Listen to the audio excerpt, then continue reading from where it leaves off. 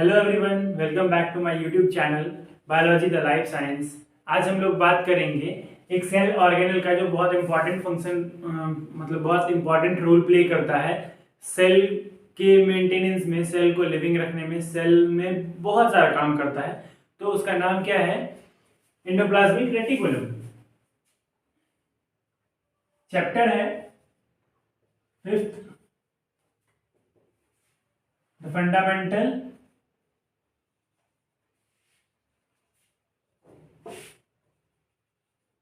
Unit of life. ठीक है,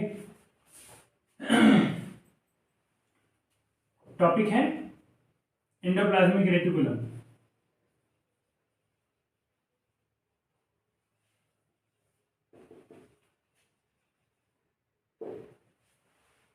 तो एंडोप्लाज्मिक रेटिकुलम क्या होता है?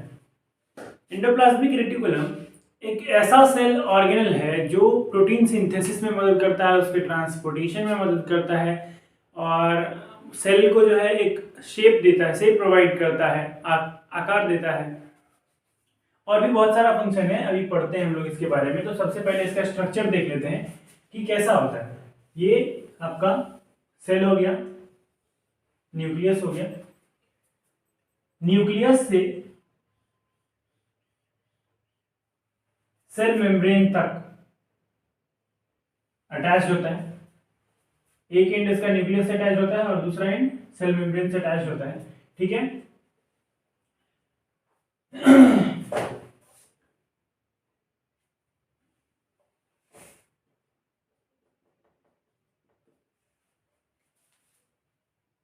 तो पहला point, it is large number of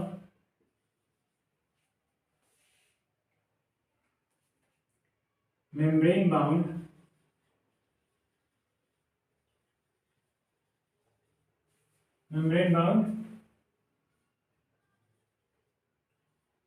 tubes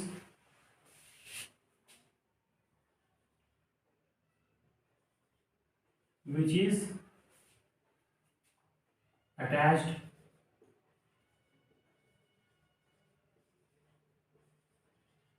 to the nucleus and the plasma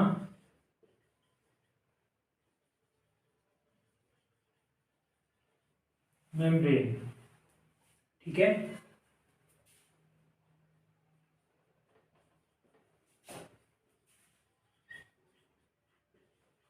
it provide shape to the cell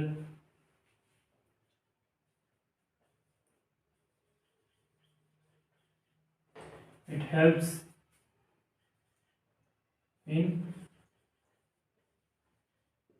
protein synthesis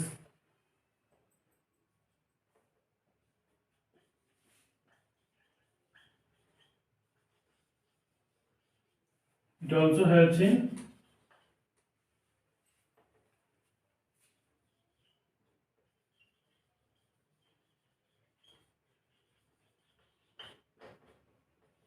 transportation of protein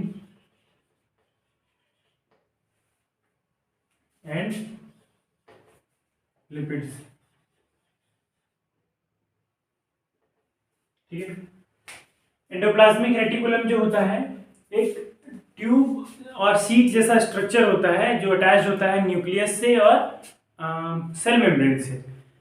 ठीक है, प्रोटीन सिंथेसिस में हेल्प करता है, उसका ट्रांसपोर्टेशन में हेल्प करता है, लिपिड्स के ट्रांसपोर्टेशन में हेल्प करता है, लिपिड्स को भी सिंथेसाइज करता है। ठीक है, और ये जो है सेल को एक शेप देता है। ठीक है, अब देखिए एंडोप्लाज्मिक रेटिकुलम मतलब ER दो टाइप का होता है। पहला rough endoplasmic reticulum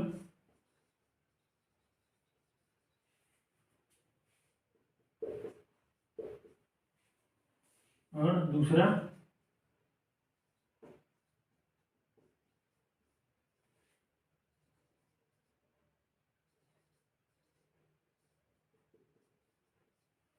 smooth endoplasmic reticulum. ठीक है, तो पहला हम लोग लिखते हैं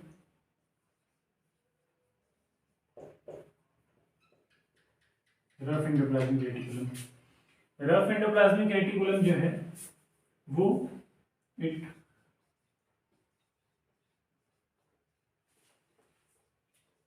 looks like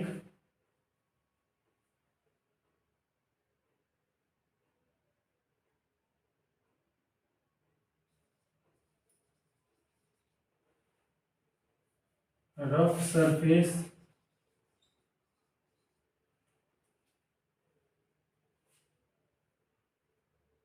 due to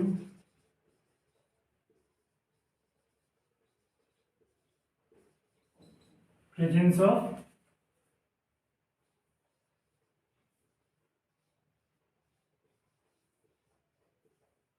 ribosomes.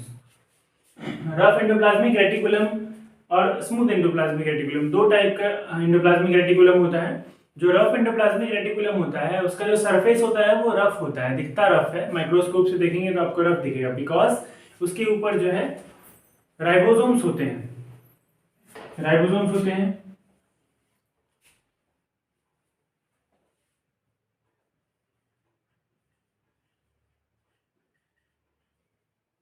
Ribosomes help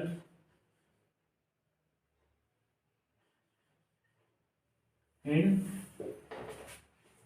protein synthesis.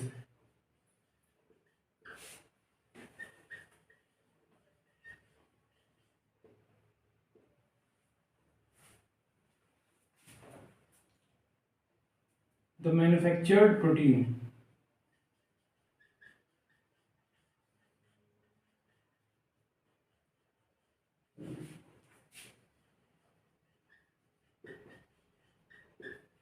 जो बना हुआ प्रोटीन है वो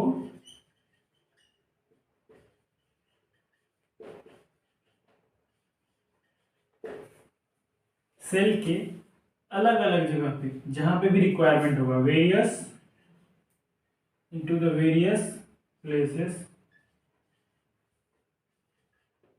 in the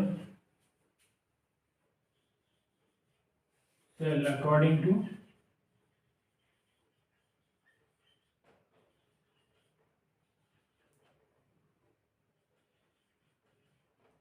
नीड। जहां जहां पे भी उस प्रोटीन का जरूरत होगा तो एंडोप्लाज्मिक रेटिकुलम क्या करेगा, क्योंकि ट्रांसपोर्टेशन में हेल्प करेगा, उसको ट्रांसपोर्ट करके वहां तक पहुंचाने में हेल्प करेगा।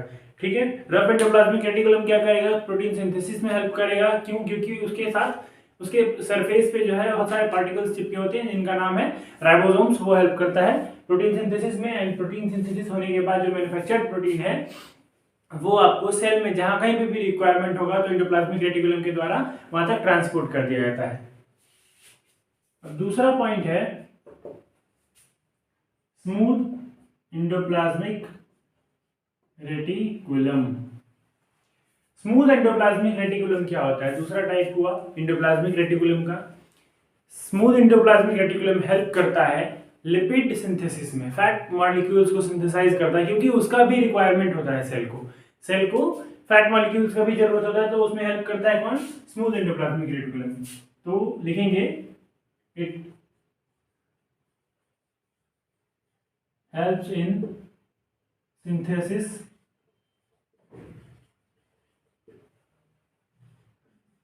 ऑफ फैट मॉलिक्यूल्स और lipids.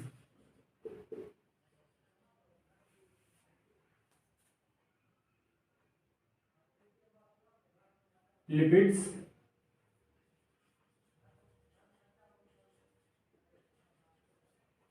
according to the requirement of the cell। ठीक है, सेल को फैट मॉलिक्यूल्स का भी रिक्वायरमेंट होता है और वो स्मूथ एंडोप्लाज्मिक रेटिकुलम जो है उसको बनाने में मदद करता है। तो रफ एंडोप्लाज्मिक रेटिकुलम क्या करता है? राइबोसोम्स के प्रेजेंस में प्रोटीन को सिंथेसिस करने में मदद करता है, और स्मूथ एंडोप्लाज्मिक रेटिकुलम क्या करता है? लिपिड्स को सिंथेसाइज करता है। तो एक इम्पॉर्टेंट बात है कि जो स्मूथ एंडोप्लाज्मिक रेटिकुलम हुआ और रफ एंडोप्लाज्मिक रेटिकुलम है, दोनों के द्वारा जो प्रोटीन और फैट मॉलिक्यूल्स बनाया गया, तो उसका जो मतलब फंक्शन होता है सेल का, उसमें तो हेल्प करता ही करता है। साथ ही कुछ प्रोटीन और फैट मॉलिक्यूल्स हेल्प करता है सेल मेम्ब्रेन को फॉर्म करने में, बिल्ड करने में। तो जो सेल मेम्ब्रेन को बिल्ड करने में जो प्रोटीन और लिपिड्स मदद करता है, जो प्रोसेस होता है, इस प्रोसेस को क्या कहते हैं? Membrane biogenesis. क्या कहते हैं? Membrane biogenesis. तो इसको लिखते हैं, यहीं पे पॉइंट ऐड कर देते हैं।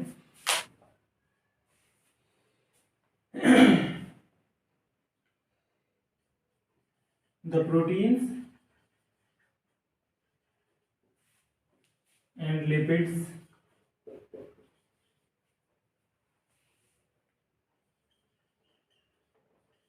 some of the proteins and lipids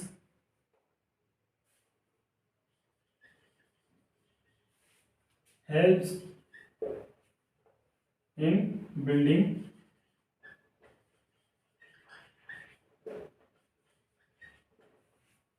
the cell membrane। ठीक है, तो इतना क्लियर हो गया। जो ER है, helps in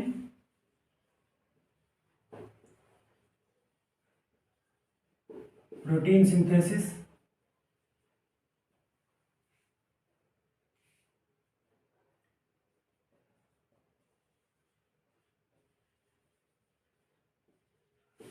helps in fat molecule, fat और lipid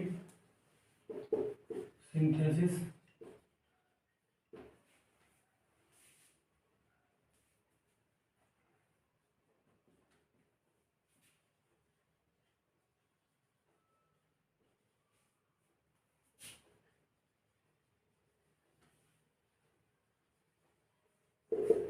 transportation of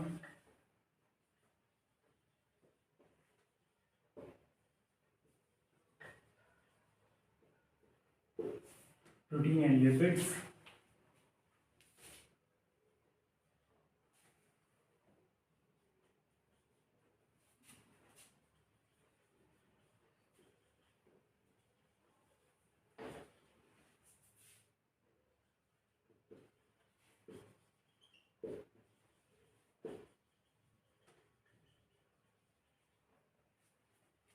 and it helps in building the cell membrane। तो एंडोप्लाज्मिक रेटिकुलम का क्या क्या इंपॉर्टेंट पॉइंट हो जाएगा? Endoplasmic reticulum helps in protein synthesis, it helps in fat और lipid molecule synthesis, it helps in transportation of protein and lipids, और it helps in building the cell membrane. ठीक है, 4 point हो गया। सबसे important point इसको याद रखिएगा आप लोग।